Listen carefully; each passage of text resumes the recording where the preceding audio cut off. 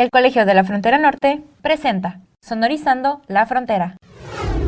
No minifaldas, no blusas escotadas, no blusas retirantes, no blusas transparentes. Evítenos la pena de regresarla a cambiar a su casa. Atentamente sus niños. Evítese faltas de respeto innecesarias.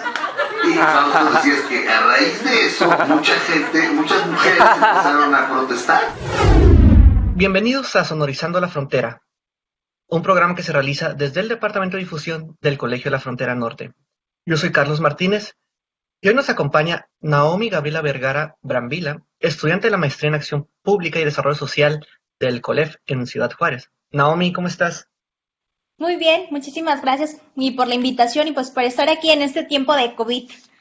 Naomi, como antes de empezar, o sea, de entrar a tu trabajo de investigación, quería como preguntarte, y para que te conozcan quienes nos escuchan, ¿a qué te has dedicado? ¿Qué estudiaste en la licenciatura? ¿Tus experiencias previo a la llegada a la maestría del COLEF? Pues mira, Carlos, yo de formación soy abogada y comunicóloga. Profesionalmente me he desarrollado en puestos que tienen que ver con la función de transparencia de los sujetos obligados, la docencia y la locución en radio. De manera social era integrante, y digo era integrante porque pues por las cuestiones de la maestría tuve que pausar esas actividades para dedicarme por completo a mis estudios de Redefine México, una organización que forma liderazgos jóvenes para la promoción y defensa de los derechos humanos, y especialmente en la defensa de los derechos sexuales y reproductivos. Y soy parte de la colectiva feminista Nayarit, un grupo que a través de una mirada crítica cuestiona la cotidianidad local, pues para buscar modificar aquello que como mujeres nos oprime. Para quienes nos escuchan, Naomi es estudiante de la maestría. El tema de investigación es acción colectiva, arte, derechos humanos para la visibilidad lésbica, el trabajo de las reinas chulas. Naomi, estos términos creo que muchas personas los hemos escuchado por diferentes partes, diferentes lados, pero quisiera como retomarlos, o sea, acción colectiva, arte y derechos humanos. ¿Cómo los defines tú en tu trabajo de investigación? Y creo que más importante, ¿cómo los relacionas? Bueno, esos tres conceptos, que la acción colectiva es entendida como la construcción de un sistema de acción, los derechos humanos, un contexto un poco más complejo porque son el resultado de las luchas sociales y colectivas que tienden a la construcción de espacios sociales, económicos, políticos y jurídicos que permiten el empoderamiento de todas las personas para poder luchar plural y diferenciadamente por una vida digna. Mientras que el arte lo entiendo o lo conceptualizo a través de los componentes teóricos de Rancière, que lo menciona como este espacio donde cuestiona las estructuras sociales y brinda la experiencia de otros mundos posibles. Estos tres grandes conceptos son unidos por la visibilidad lésbica. ¿Por qué? Porque en un mundo que vivimos, que está condicionado por un sistema de heterosexualidad obligatoria que rige prácticamente todos los ámbitos de la vida, jerarquizando y diferenciando a las personas, las mujeres, pues viven un proceso de opresión, y cuando esta mujer pasa por esta cuestión de ser lesbiana, pues la opresión se duplica, ¿no? Y es aquí donde entra como mi interés primordial de empezar a ver cómo estamos trabajando la cuestión de la visibilidad, dado que ella implica que pues hay una construcción del sujeto en el que al mismo tiempo hay un autoconocimiento y que además se muestra en diferentes momentos y circunstancias. Sin embargo, para que esto pueda llegar a ser, se necesita que pues los contextos sean contextos seguros, y en un mundo que está regido por esta cuestión de heterosexualidad obligatoria, pues las lesbianas pasamos por momentos de latencia en determinados tiempos, aun cuando los procesos jurídicos actuales parecieran ser que hay un reconocimiento a las lesbianas, ya sea por la reforma al artículo 1 constitucional en 2001, donde quedaba prohibida explícitamente la discriminación por género y preferencia, y la reforma del 2011 que dio paso al reconocimiento de los derechos humanos y los tratados internacionales, que ha permitido que en distintas entidades federativas los llamados grupos de la diversidad sexual se movilicen en pro de modificar tanto códigos y normativas que son vulneratorias a sus derechos humanos y por lo tanto contrarias al texto constitucional, más los múltiples amparos promovidos por las lesbianas que buscan el pleno disfrute de los derechos humanos. Sin embargo, el que existan estas transformaciones jurídicas no significa que pues las transformaciones sociales sean latentes, ¿no? Sin embargo, pues son importantes, ¿no? Entonces, cuando tenemos un país que no ha acompañado estas reformas a los cuerpos normativos o constitucionales de la mano de políticas públicas focalizadas a las lesbianas, es que esta investigación pone puntual interés en el trabajo que se está haciendo desde el arte y pues prácticamente pues desde la sociedad a través de estas acciones colectivas que se gestan a través del arte. Y es ahí donde el trabajo de las Reinas Chulas pues toma relevancia. Pero, Naomi, para los que no conocen el trabajo de las Reinas Chulas, ¿nos podrías comentar qué es lo que hacen, a qué se dedican?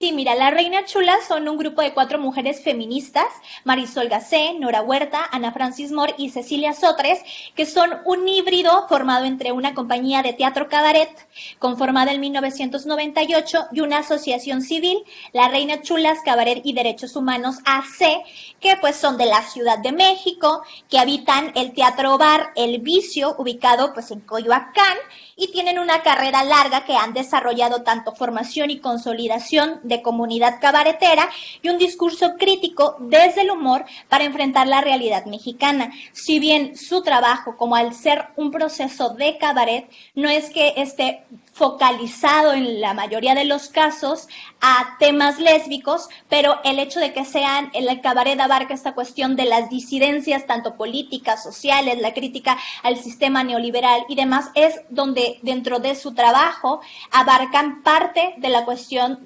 lésbica, además de que parte de sus integrantes son lesbianas, ¿no? De esta importancia de escribir, de que las lesbianas escriban sobre las lesbianas, ¿no? Entonces, esto es lo que hacen las Reinas Chulas a lo largo de este tiempo, la producción tanto de obras, tanto de podcast, de música, libros, bueno, tienen un vasto trabajo en muchísimos campos. Naomi, hace unos días estaba viendo precisamente un documental que me parece que era, bueno, no sé si un documental en sí, pero bueno, un video en YouTube que desarrolló W Latino en Español, me parece, de Tuchuel, no sé, y en el que precisamente compartían sus experiencias, comentaban como lo que les ha llevado, y precisamente tocaban esta como parte del humor, del arte, del cabaret, pero que también lo hacían desde una parte teórica, o sea, que procuraban enseñar, que procuraban talleres, todo lo que ya nos has comentado.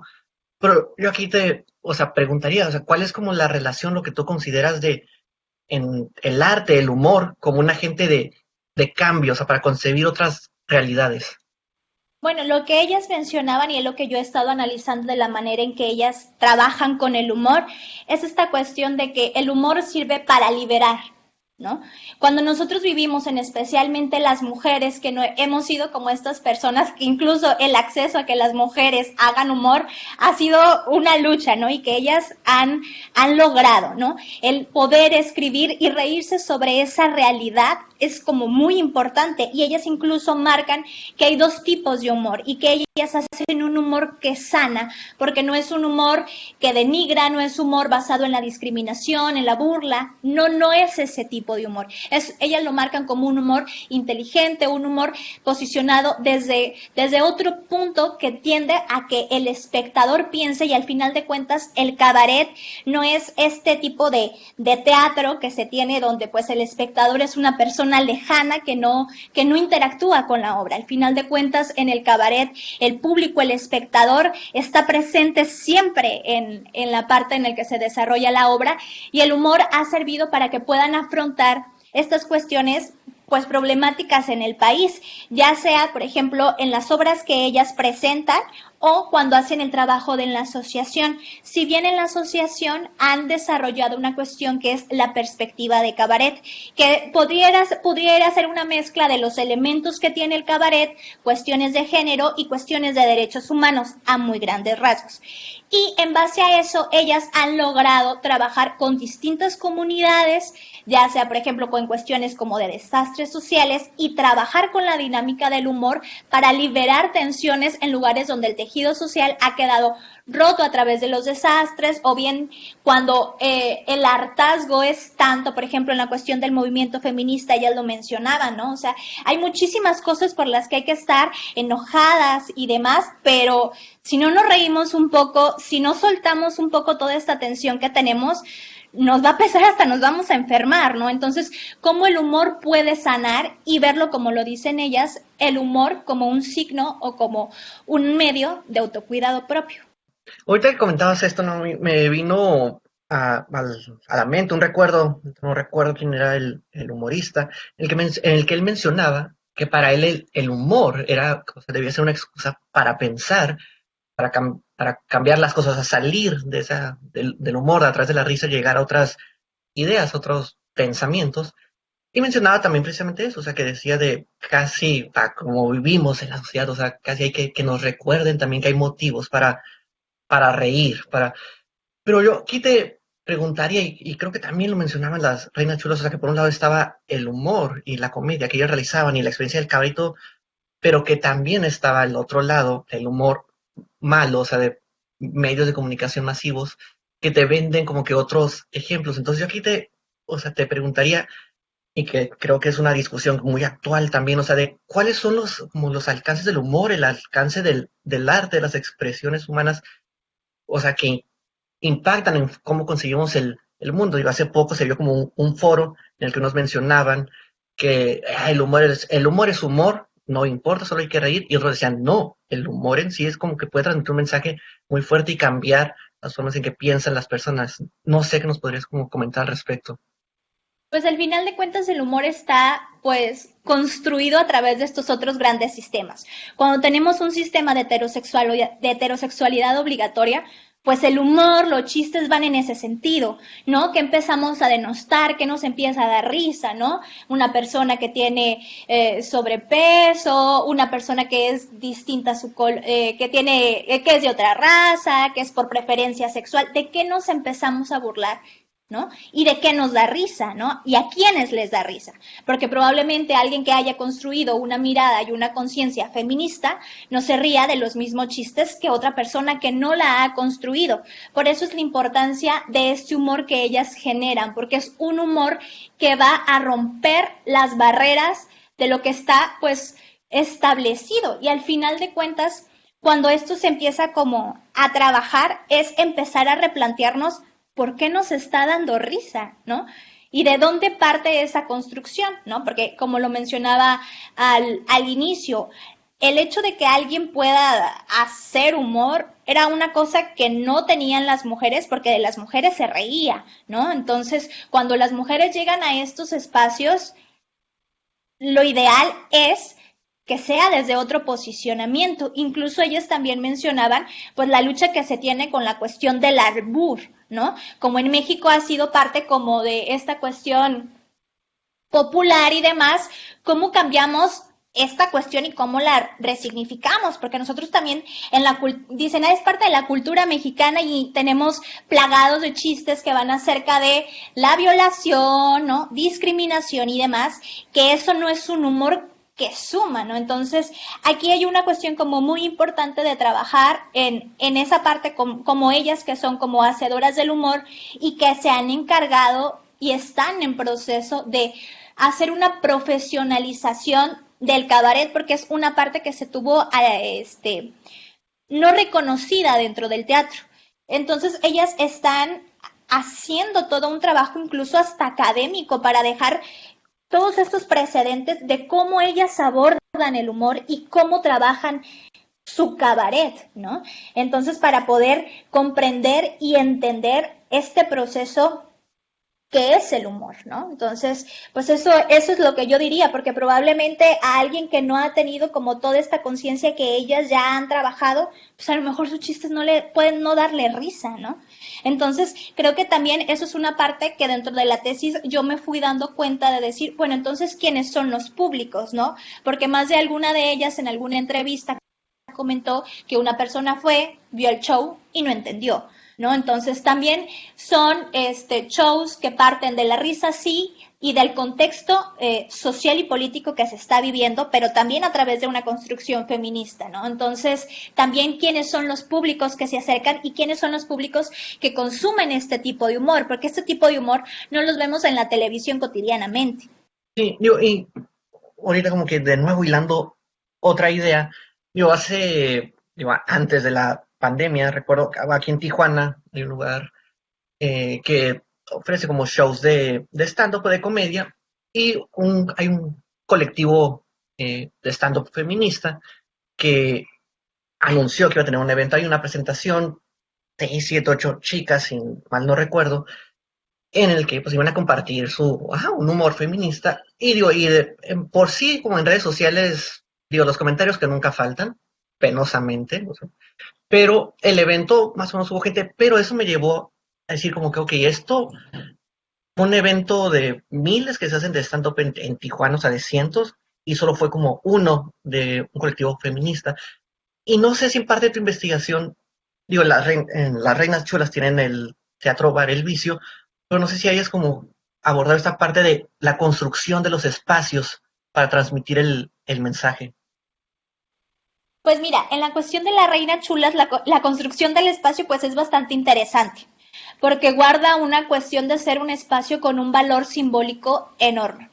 ¿Por qué? Porque, bueno, ese espacio que ellas tienen el día de hoy en Coyoacán, ¿no? Saber que, para empezar, el hecho de que estén en Ciudad de México es un espacio privilegiado, ¿no? Por todas estas condiciones de libertad y respeto a la diferencia que pudiera tener otras entidades federativas, que todavía le falta, ¿no? Ahora decimos, está en Coyoacán, está en una parte, pues prácticamente que ha estado históricamente con esta cuestión de que ha habitado élites, ¿no? Desde que la élite española estuvo en Coyoacán, que la élite cultural estuvo en Coyoacán, y Coyoacán es un lugar muy turístico, ¿no? Entonces es como estas cuestiones que le vamos como sumando al espacio donde ellas habitan. El Teatro Bar El Vicio que ellas tienen anteriormente era El Hábito, que era un lugar de cabaret que trabajaban Liliana Felipe y Jesús Rodríguez, y que fue pues de los lugares donde se empezó a gestar parte también del cabaret contemporáneo, ¿no? Con Jesús Rodríguez, Tito Vasconcelos. Ese lugar anteriormente era la casa de Salvador Novo, ¿no? Entonces, ese espacio que ahora ellas tienen es un lugar súper privilegiado y es un espacio que tiene un capital simbólico enorme y que creo que también es una de las cosas que les ha puesto como diferentes incluso en la mira internacional, porque ellas lo mencionan, que son el único grupo de mujeres que tiene un espacio propio y que también habla de las condiciones difíciles para las mujeres para acceder a esos espacios, construir un espacio propio. Aun cuando es de renta, el lugar no es propiamente que sean dueñas, sin embargo es el lugar donde ellas tienen para presentarlo y al final de cuentas ese lugar es un lugar seguro para las personas que van a ver sus shows, ¿no?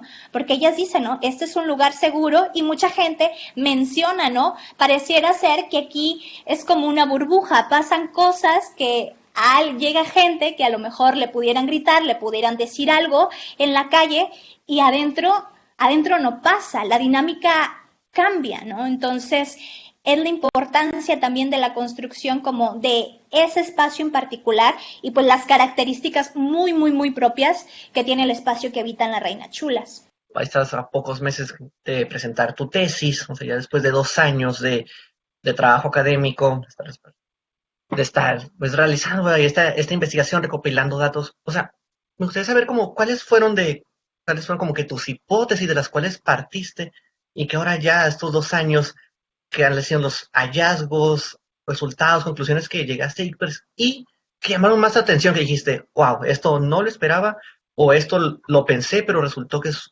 un poco diferente o muy diferente?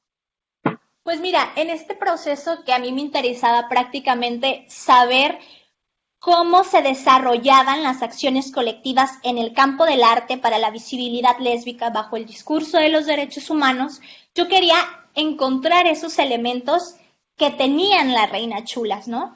Que al final de cuentas son elementos que les han dado pues hasta cierto punto esta permanencia, ¿no? Porque a lo largo de la visibilidad lésbica pues siempre ha estado cruzada por la participación política de los grupos, ¿no? Entonces, estos grupos tenían una particularidad, que eran grupos que se habían disuelto a lo largo del tiempo, ¿no? Por cuestiones no de que, por presiones ni demás, sino porque adentro no habían podido lograr los grupos establecer dinámicas para poder trabajar y la cuestión interna no se había podido, no había permitido continuar con los proyectos. Entonces yo quería saber pues cómo ellas estaban desarrollando pues estas acciones y más por la vigencia que tienen, ¿no? Entonces mi sorpresa al empezar como a hacer estas comparaciones tanto en la teoría de la acción colectiva, ¿no? Que dice que hay esta necesidad de que se mantengan los liderazgos, pues no, en la Reina Chulas no es esta cuestión de que se mantengan los liderazgos porque es un trabajo horizontal, es un trabajo en el que incluso ella lo dice, nosotros hemos aprendido a reconocer que somos una familia y si hay necesidad de trabajar dinámicas con otra persona, como tener un coach de grupo, lo hacemos, ¿no? Porque hay una necesidad, hay un compromiso con la causa que nosotros tenemos y es lo que nosotros estamos generando, ¿no? Entonces, el hecho de empezar a conocer cómo ellas llegaron a este proceso de organización interna es muy interesante y sobre todo porque en estas dinámicas de que a pesar de que son las Reinas Chulas y cada una en lo particular tiene actividades individuales, pues existe como un discurso hegemónico de lo que están haciendo, ¿no? Entonces, que sí que es como lo menciona la teoría, ¿no? O sea, se debe poder entender el grupo colectivo desde pues sus pequeños integrantes, ¿no? Entonces, eso es una parte que se veía muy claro, pero también era otra visión de respeto y amor que me parece que es algo que te dan los grupos que trabajan bajo estas visiones feministas, ¿no? Entonces, poder sumar a la teoría estas cuestiones del feminismo en la parte de la organización me parecía muy interesante. También de las partes de los recursos que ellas tienen, pues también la capacidad que han tenido para generar red.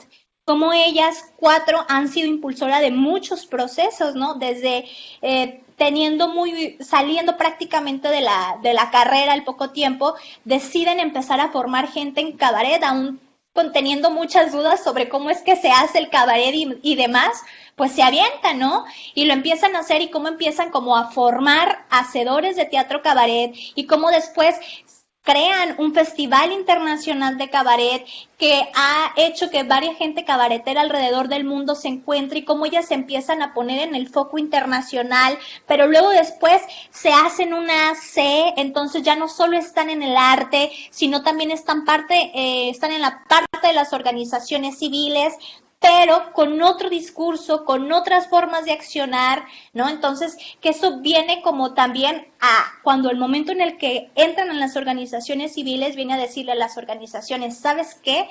Ocupas tú de otras herramientas, de otras técnicas para que tu discurso sea, pues, más llamativo, para que tu discurso llegue a donde tenga que llegar. Y en este proceso, ver cómo ellas han estado como trabajando en lo que les interesa, pero también en formar gente, ¿no? Entonces, ver cómo han crecido tanto esa red es como asombroso, ¿no? Porque también el hecho de que quieran trabajar en escribir sobre el cabaret, cómo ellos lo han estado trabajando, porque es, como lo mencionaba, es una parte que en algún momento no se le reconocía dentro del teatro, ¿no? Entonces, empezar a conocerla, ¿no? Porque, y aparte también dentro de este proceso, pues muchas de las cosas son historia oral, ¿no? Entonces, el trabajo también partió en recabar, en informar y sobre todo dejar cuenta en el trabajo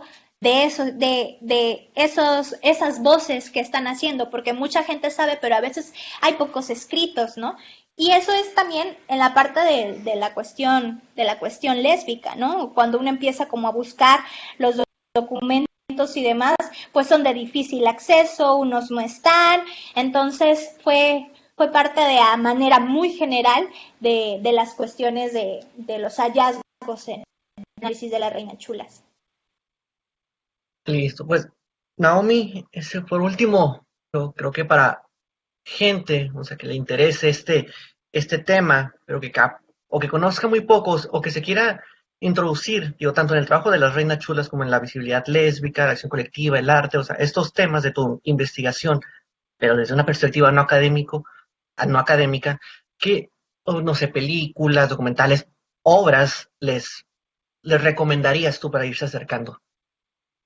Pues bueno, para el trabajo de la Reina Chulas, pues ahorita, ¿no? Con este tiempo como de pandemia que están cerrados como el teatro, ellas han optado por hacer cabaret Zoom, ¿no? Entonces, a través de sus redes sociales, ellas tienen funciones de teatro vía internet, ¿no? Entonces, lo que yo les diría, pues, consuman, vayan y apoyen el trabajo que ellas hacen, porque al final de cuentas, el personal del Teatro Bar El Vicio, pues también necesita de sus sueldos, y ellas lo que hacen es, el costo de tu boleto, la mitad se va para los trabajadores, ¿no? Entonces, ahorita me parece que en el momento en el que se me está haciendo esta entrevista, tienen la casa de papel de baño, en alusión a la casa de papel, entonces, para que lo chequen, incluso también, si se saben que, pues no tengo con qué pagarlo ahorita, porque yo también ando recortada de dinero, pues, en internet pueden encontrar algunas de las obras o monólogos, que de hecho yo trabajé sobre el análisis de un monólogo de la Reina Chula,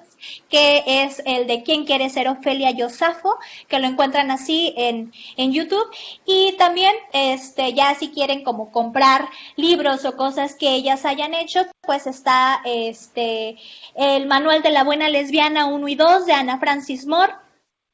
Está también la Introducción al Cabaret con Albur de Cecilia Sotres, y además todavía si les interesa la cuestión del cabaret y están dispuestos como a invertir en talleres y demás, pues las Reinas Chulas en este tiempo de pandemia han abierto la Chulidiversidad. Entonces, la Chuni Universidad, para que recibir talleres y demás, y pues lo pueden checar a través de su página en internet. Y Naomi, ahora tú, ya desde la parte académica, teórica, ¿qué materiales consultaste? ¿A qué autores, libros, horas? O sea, ¿de qué se nutrió tu investigación? Pues mira, la investigación se nutrió principalmente por Acción Colectiva y Vida Cotidiana y Democracia de Alberto Melucci, que sirvió para entender la acción colectiva y cómo es que esta funciona. La parte también de la Introducción al Cabaret con Albur de Cecilia Sotres, para entender cómo es que ellas conceptualizan y teorizan la construcción de el cabaret. Rancieri también me sirvió muchísimo para la cuestión de el arte, ¿no? Entender cómo es esta cuestión de los disensos que crea el arte con lo social, también de las cuestiones para la heterosexualidad obligatoria, los textos de heterosexualidad obligatoria de Wittig, y para la parte histórica de recopilar información acerca de la visibilidad lésbica. Creo que dos textos obligados son el de Norma Mongrovejo, que es un texto complicado de encontrar, sin embargo, sí se encuentra en internet ciertas partes.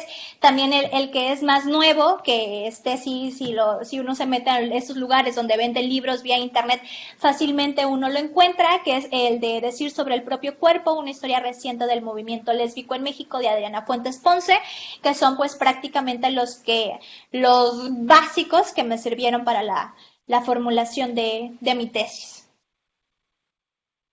Listo. Pues Naomi, muchísimas gracias por haber estado hoy con nosotros. ¿Algo más que quisieras agregar? Pues que consulten cuando uno ya termine la tesis, ¿no? Si les interesa, que pues la busquen a través de los sitios que tiene el COLEF para que la puedan descargar en línea si alguno de los temas les interesa, o si quisieran algún tipo como de información que no encuentran, porque luego también, como mucho de esto también fue parte de buscar en archivos, pues si gustaran, quieren contactarme, pues estoy con la disponibilidad de ayudar si alguno de ustedes tiene un tema referente a la visibilidad lésbica, y pues estamos para colaborar. Partiendo de esto, Naomi, ¿te podrían como contactar o buscar a través de tu correo electrónico del COLEF o de qué manera te podrían como encontrar? Bueno, yo creo que a través como de mis redes sociales, me googlean ahí en Facebook, Naomi Vergara y Vergara Brambila, y me encuentran. Excelente. Pues Naomi, muchísimas gracias por haber estado hoy aquí en Sonorizando la Frontera, un programa que se realiza desde el Departamento de Difusión del Colegio de la Frontera Norte. Yo soy Carlos Martínez y hasta la próxima. Una producción del Colegio de la Frontera Norte.